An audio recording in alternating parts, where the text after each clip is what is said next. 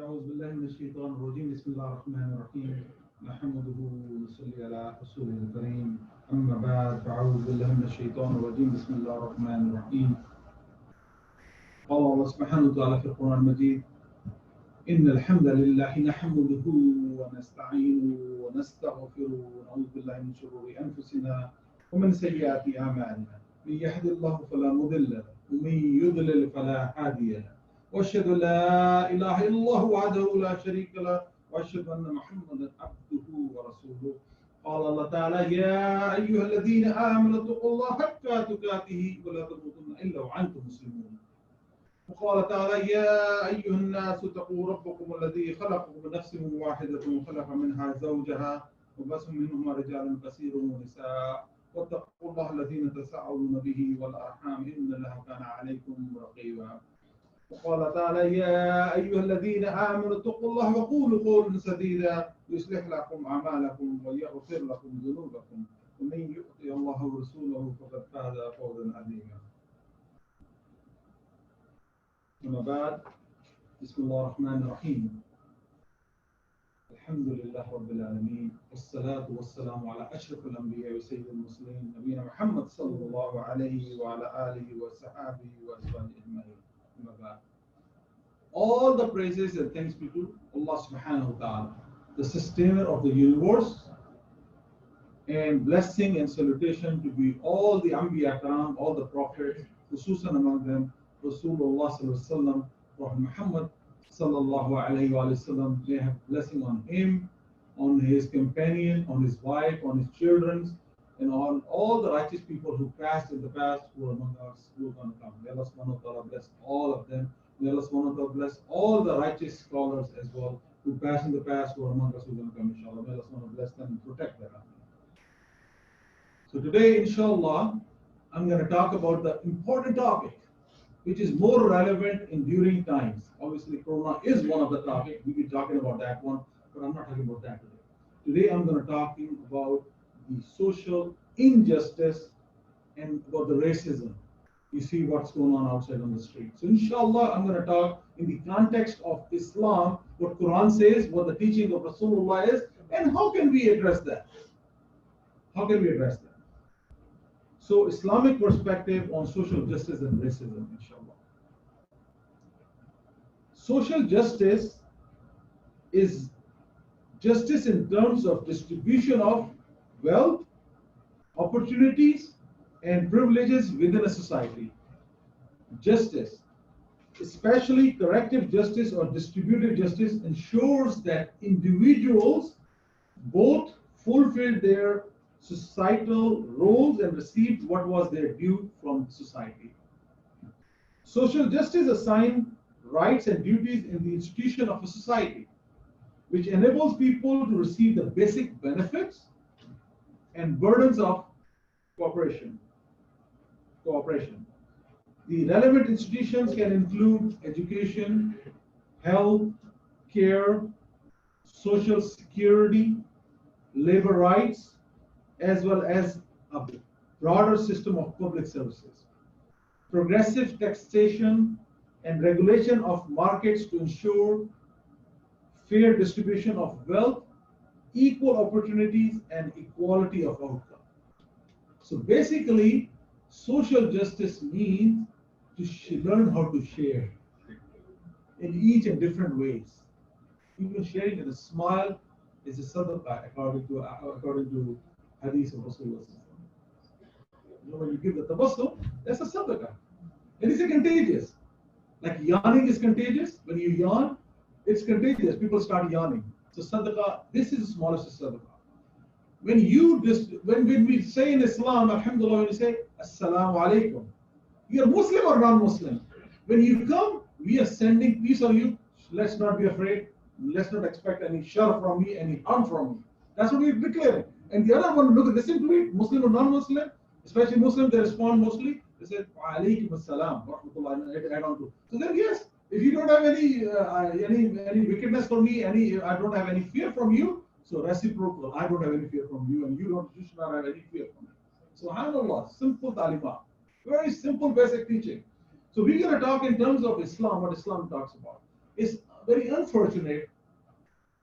All of these things, what we see as of now in our so-called pseudo-modern society, even America is a leading example among the world, I would say we are still not able to break those shackles away, because we are still in a way we have not progressed as an American society. We are way behind. We talked about we talked about how to confine the people, deprive them from the rights. We know that. Just recent accident. This is just one, but there are multiple like that. And whatever you see, the frustration coming out from the people, that has a buildup of all those. What happened to this? A person was handcuffed, was not given the basic rights from the police, from the basic protector of your own. Police is what? They are the public servant. They should learn. Obviously, there are good policemen too, but some of the bad rots paint the picture that all the goods goes away and this one comes on the forefront. And obviously, news. What is news? News is always what is opposite of the good. So news always make the headlines when some small thing or some great thing happen here. But there are so much of a greatness outside people are doing that will never become a news. That's the thing. So, but what happened? But we need to admit we have shortcomings. We, as an institution of the police or military or other institution anywhere in the world, but we'll address just America today because that is one of our focus right now. I'm going to address that one. And it would be injustice if we won't address these social problems, because what is Islam? Islam talks about the way of the life. And this way of the life is we need to address all social problems, all our economic problems, all of our other problems, marital, whatnot, relation, what. Talk about all those things. It's a way of life, how we need to live. And we are part of society. Society is nothing but us. If we don't want to see the change, it's not going to change. And some people are standing up for the right change at the moment as we are speaking. And it's a build-up. People, I mean, we know George Floyd, what happened to this gentleman. Whatever was happening, there is a legal way of handling the things. In brutality, the way it was presented, your knee, your foot on the neck of someone, this is a military tactics. These are the military tactics, and some of you, if you are from Middle Eastern region, especially Palestine and all, you know this one. We see in and out these brutalities over there. No one says a word. But when it reflects the same brutalities in this country, we are rising, and we should be thankful at least. We should be thankful we are addressing this one. We need to address. Unfortunately, those people, those brothers and sisters, they are suffering this from a long time, and no one addressed those concerns. Even though those are concerned, but the whole world is quiet. But now here, no one is quiet. They're talking about, and we should be partnering with the right one, not the one who are the looters who are taking advantage of this whole situation. We should not be aligning with them. Destroying anyone's properties, either it's mine, it's yours, or anyone, it's anywhere in the world, it's not to serve any purpose. Everyone is trying to do their, if it's a Muslim, trying to raise their family with a halal risk. If you destroy someone's business, you're not doing any justice to them. Maybe their business will get destroyed, someone will lose their jobs, and all. Think about it, the longer repercussions. So you're not doing justice. But again, there are people who are there to make this anarchy, who are there to make this disturbance more up to the aggravated level. So what police should be listening from this one and learning from this one as an institution, they should learn, but you cannot force the people. If I hire someone, let's say the analogy like this, if I'm blessed enough, I hire someone to protect me. What is the obligation of the protector, the one who's right? I'm not talking about the protector. Allah subhanahu wa ta'ala is the protector. Let's take that away. Okay? I'm just giving an analogy from the worldly life, right? So you present someone as a guard. So what is the ultimate responsibility of the guard? To protect you, to cover you, to shield you, protect you from any harm coming your way. So if that guard turns against you, he or she is not doing any justice. So same example, police are there to protect us. We should respect them on the same reciprocal. They should not be abusing the power. We know in all over the world, police are like that. We should take a pride that at least over here, it's not like that. It's better. But there are a lot of things they need to work on it because they're not there where we want them to be. So when we heard the terms like I can't breathe. That guy was saying same words we heard from all those poor Palestinians. I can't breathe. It's not my fault. What you're doing with this one. So it's the same word. It's just another reflection, another day, another incident, another location. For us, it's like that as a Muslim. You should feel the pain of those people as well. But let's address here what happened here. No one has a right to abuse anyone. I can be wrong. I can be wrong. Take me to the justice. Let the justice serve, right or wrong. That's why the adalats, that's why the justice system is there. We are not individual. If we take any time as a human, we take anything on our own hand, what God does not want us to do, adal has to be done from the what? From these judges. Justice has to be done. That's why otherwise destroy all those institutions. If we have to do, that's when it becomes the wilderness. That's when we become the jibillat of insan. That's when we become like, instead of human, we become a wahashi. Like we become like animal. And what is the justice of the animal? They rip apart each other. They fight with each other until someone dies or whatnot. We should not go there. As a human, we could have done a lot better. When we hear the terms, we can go bird watching in Central Park, Christian Cooper. We cannot go for jogging. Ahmad Arbery, and a lot of other. There's a whole list of us we went through, and these all things are bubbling up. That's why you see what's happening right now on the street. So, in Islam, alhamdulillah, Islam has broken the shackles long back. When it says Rasulullah last khutbah, last sermon is about that no one has superiority over other. So if you take the perspective, on the same time, I'll take this opportunity. Maybe someone is listening who's not on this side of this side of the aisle, who are not Muslim at this point. I will invite those brother and sister to broadcast this message, because I know we share this message across the aisle, and maybe someone come across that as well. We put on the YouTube as well, so people to listen, nothing to hide here. I'm giving the dawah to them. Look into Islam. All your answers about the racism, about injustice, you'll find in Islam. Rasulullah sallallahu alaihi wasallam, Prophet Muhammad, 1400 years before, when he was given this the message from Allah subhanahu wa ta'ala, he talked about it.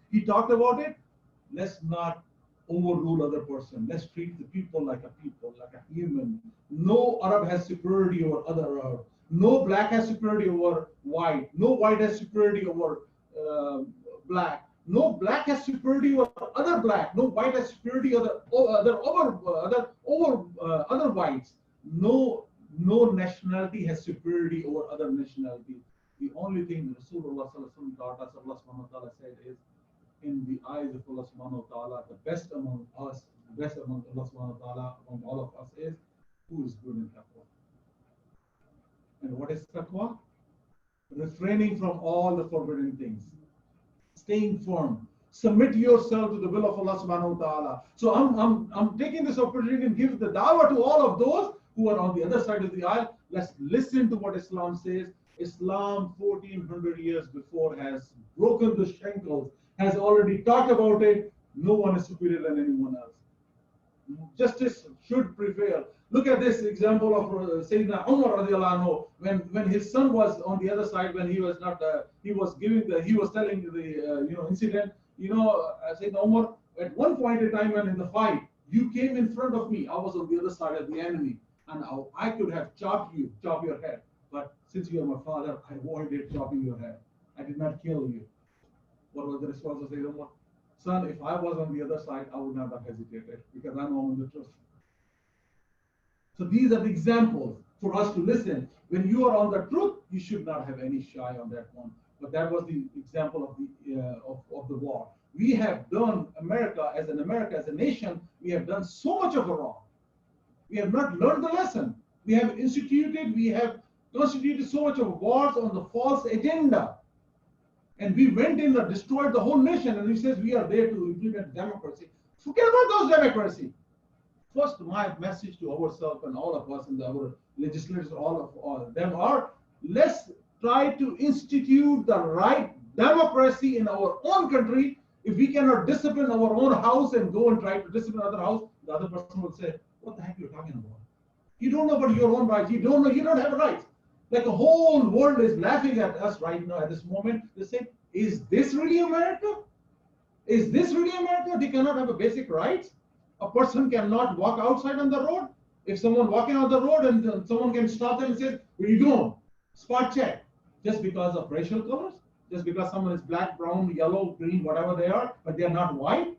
Is that the justice we are doing in this country? We could have done a lot better. And the best of the example, let's take the same note, take the good of the example.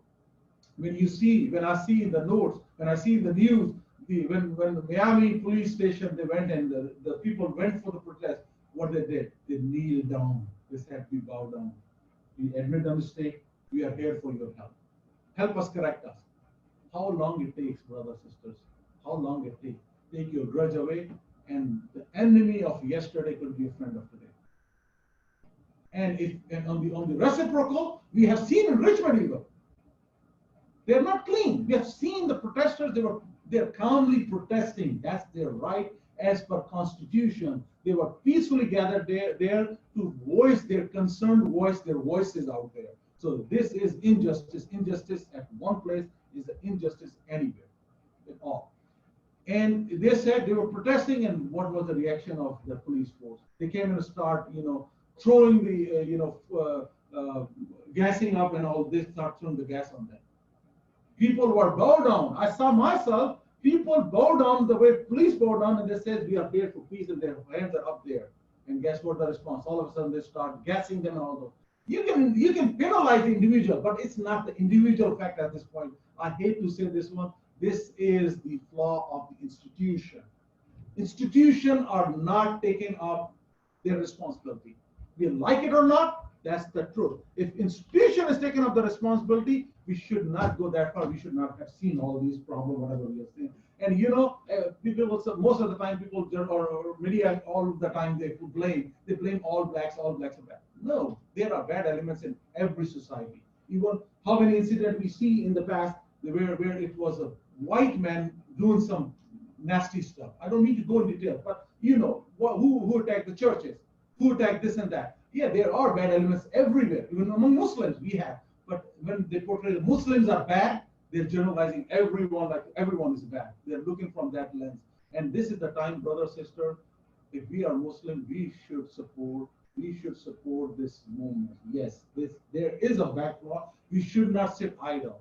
Yeah, but that doesn't mean we should go out and support the looters. I'm talking about the one who's so rightly protesting in any shape and form. We should let our voices heard. If that means you send a letter to your senator, you send a notice, whatever, or there is signatures going on, that's at least we can do. Or voice your concern. Yeah, this is not right. This is not right. We need to voice this concern.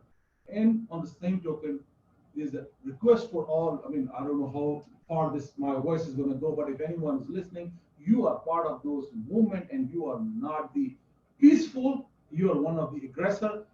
Aggression won't get you anywhere. Be peaceful and stay in your means, stay on your rights, and talk about this. At the end of the day, we have to follow the law of the land. If we may have our disagreement, but the right way is what? If you see this one is against you, go in a mass movement.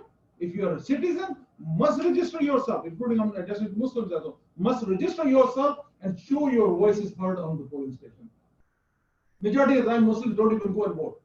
They don't go say, "Well, we don't conserve it." Well, if you're a citizen, this is your social right. This is your social obligation. Must go and vote. Yes, you have sometimes, as we say, you have to sometimes you don't have a better choice. Maybe you have to choose the lesser of the evil among the evils. So that's okay. Let's start from somewhere. And if you are one of those, you have the courage. I would say I will encourage our youth, our fellows, Muslim brother and sister who has the courage, who has the capability to take this as a leadership, must enroll yourself and get yourself involved in public services. We need those. We need those movements. We need all those to change the dynamics of it. People generalize that the Muslim, they are terrorists or whatnot. But according to the FBI data, it's less than Muslims, less than a 1% of population, 1 to 2% of population of whole entire America. And there are 60% anti-Semitic against Muslims. 60% cases are who? They are against Muslim. So in those all things, we need to do a better job, inshallah. May Allah subhanahu wa ta'ala give us tawfiq to understand that.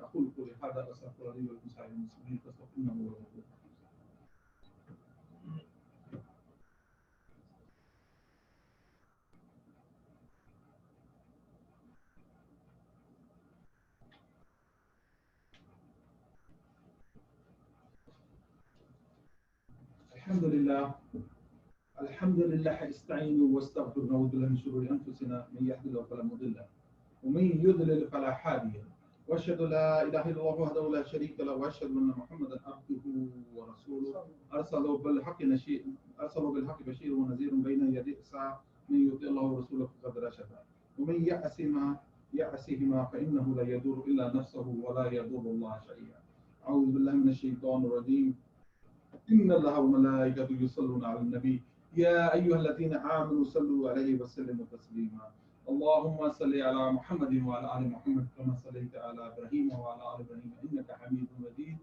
اللهم بارك على محمد وعلى آل محمد كما باركت على إبراهيم وعلى آل إبراهيم إنك حميد مجيد. اللهم اهدنا فيمن هديت وعافنا فيمن عافيت وتولنا فيمن توليت وبارك لنا فيما أعطيت وقنا شر ما قضيت فإنك تقضي ولا يقضى عليك إنه لا يذل من وعليك ولا يعز من عاديت تبارك ربنا وتعالى. نستغفرك ونتوب إليك وصلى الله على النبي. اللهم اغفر لنا وللمؤمنين والمؤمنات والمسلمين والمسلمات والف بين قلوبهم وأصلح ذات بينهم وانصرهم على عدوك وعدوهم. اللهم العن الكفرة الذين يصدون عن سبيلك ويكذبون رسولك ويقاتلون أولياءك. اللهم خلف بين كلمتهم وزلزل أقدامهم وأنزل بهم بأسك الذي لا ترده عن القوم المجرمين. ربنا لا تؤاخذنا إن نسينا وأخطأنا. ربنا ولا تحمل علينا إسرا كما حملته الذين من قبلنا. ربنا ولا تحملنا ما لا طاقة لنا به واعف عنا واغفر لنا وارحمنا أنت مولانا فانصرنا على القوم الكافرين. اللهم اغفر لي وللمؤمنين والمؤمنات. اللهم اغفر لي وللمؤمنين والمؤمنات. عباد الله في أصحابي لا تتخذهم غرضا من بعدي فمن أحبهم فبحبي أحبهم ومن أبغضهم فبغضي أبغضهم وخير أمتي قرني ثم الذين يلونهم ثم الذين يلونهم. إن الله يأمر بالعدل والإحسان وإيتاء ذي القربى وينهى عن الفحشاء والمنكر والبغي يعظكم لعلكم تذكرون. فاذكروني أذكركم واشكروا لي ولا تكفرون.